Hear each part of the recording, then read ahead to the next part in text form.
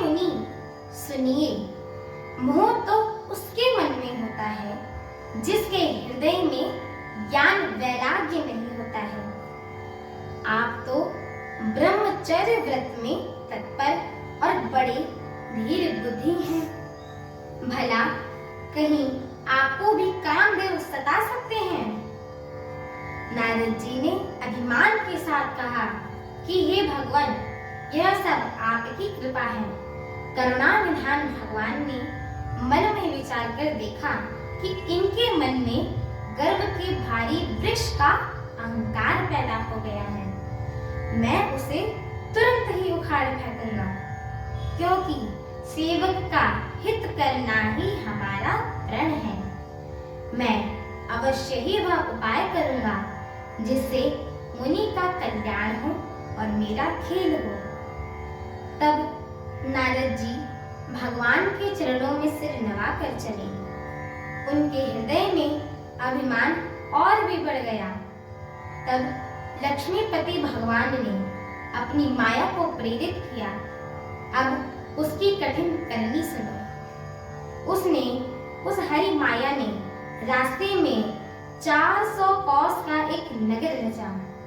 उस नगर की भांति भांति की रचनाएं लक्ष्मी निवास भगवान विष्णु के नगर से भी अधिक सुंदर थी।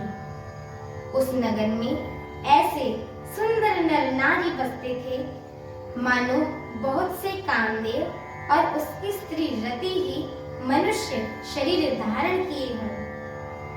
उस नगर में शील निधि नामक राजा रहता था, जिसके यहाँ असंख्य घोड़े, हाथी और सेना के समूह थे।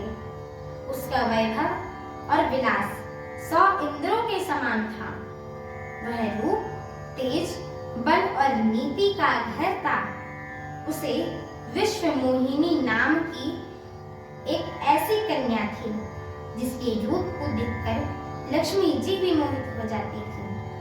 वह सब गुणों की खान भगवान की ही माया थी। उसकी शोभा का वर्णन कैसे किया जा सकता था? वह राजकुमारी स्वयंवर करना चाहती थी। इससे वहां अगणित राजा आए हुए थे। खिलवाड़ी मुनि नारद जी उस नगर में गए और नगर वासियों से उन्होंने सब हाल पूछा।